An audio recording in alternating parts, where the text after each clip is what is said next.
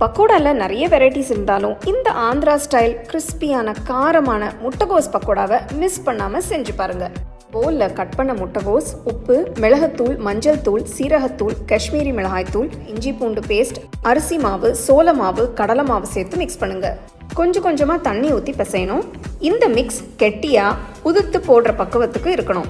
கடாயில் பொரிக்கிறதுக்கு தேவையான அளவு எண்ணெயை ஊற்றி எண்ணெய் சூடானதும் முந்திரி பருப்பை சேர்த்து பொன்னிறமாக வறுத்து எடுத்துக்கோங்க. மிக்ஸ் பண்ணி வச்ச முட்டைகோஸ் கலவையை கொஞ்சம் கொஞ்சமாக மெதுவாக எண்ணெயில் போட்டு நல்ல பொன்னிறமாக வர வரைக்கும் வறுத்து எடுத்துக்கோங்க. இதே மாதிரி எல்லாத்தையும் பேட்சஸில் வறுத்து எடுத்து வச்சுக்கோங்க.